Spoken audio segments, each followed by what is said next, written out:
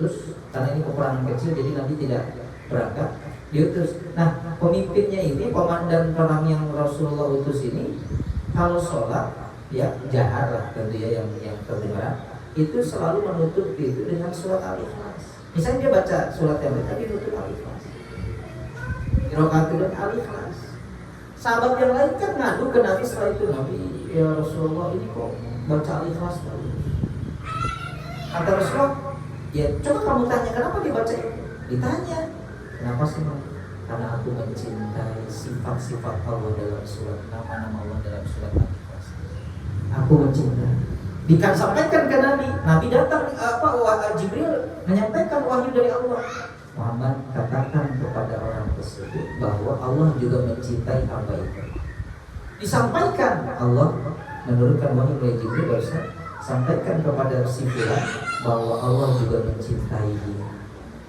Oh, begitu, jadi cinta. Ya, cinta. Allah mencintai seorang hamba yang mencintai Asmaul Husna. Ini kabar gembira nih bagi ibu yang hafalannya minim ya.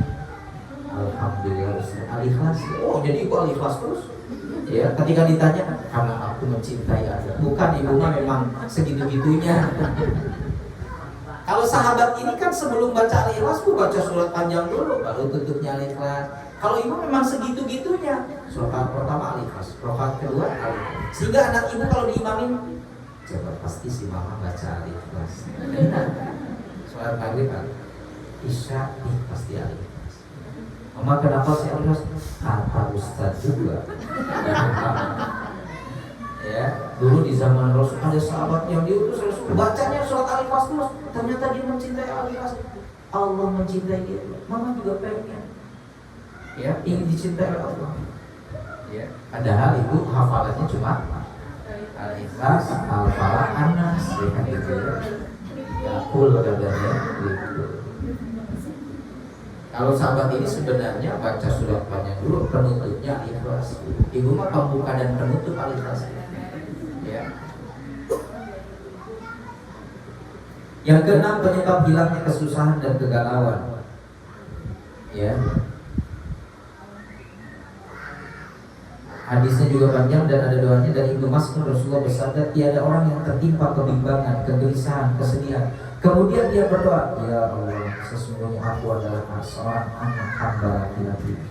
Ubun-ubunku di tanganmu, hukummu berlaku padaku, keputusanmu sangat adil padaku.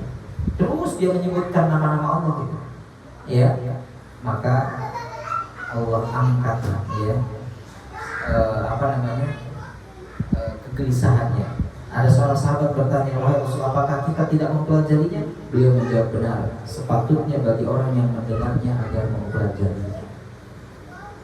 Jadi Asmaul Husna bisa menghilangkan kegelisahan, kegalauan kita, tapi dengan yakin dan faham, minimal tahu terjemahannya. Al-Qabid tadi apa, Al-Wasit tadi apa, Al-Mu'iz tadi apa, Al-Muzil, ya, Al-Warith, ya, As-Sabur dan seterusnya, kita tahu.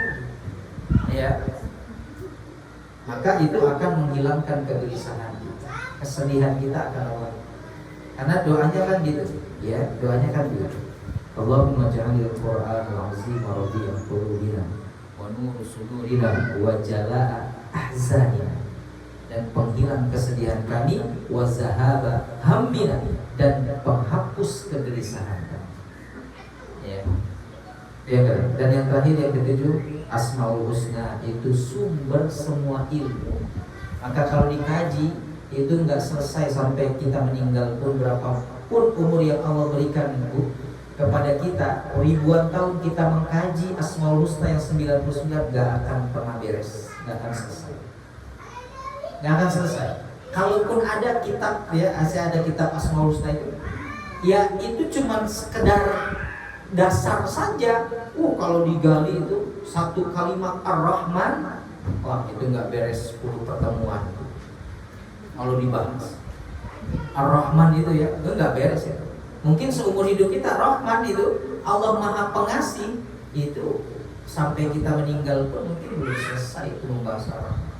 Kenapa? Sumber semua ilmu, inspirasi semua ilmu itu dasarnya dari sana. Sumbernya itu dari situ. Kalau sumber itu kan berarti apa? tempat ilmu-ilmu yang lain itu berasal dari situ gitu. Ibaratnya kita sedang menggali sumbernya ini.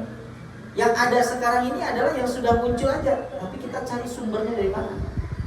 Ya, kan kita nerima air ini udah, tapi kita nggak tahu sumbernya dari mana air. Maka ada orang yang kemudian cari sumbernya di mana.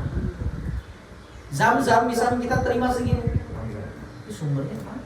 Kan bukan sumbernya dari yang umroh, itu sih bukan sumber, dia perantara aja. Sumbernya dari mana? Terus dicari sampai oh ini nih sumber atau sumur zam-zamnya, ini sumbernya. Tapi sumber yang mengeluarkannya siapa?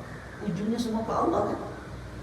Semua ilmu kemana semua ujungnya? Ke Allah. Karena Allah disebutkan dalam Al-Quran, andai 7 lautan jadi tinta dan semua pohon, batang pohon di dunia ini menjadi penanya, lalu kita tuliskan semua ilmu Allah, tidak akan pernah tertuliskan walaupun Allah tambah lagi 7 lautan dan pena sebanyak yang ada di alam semesta.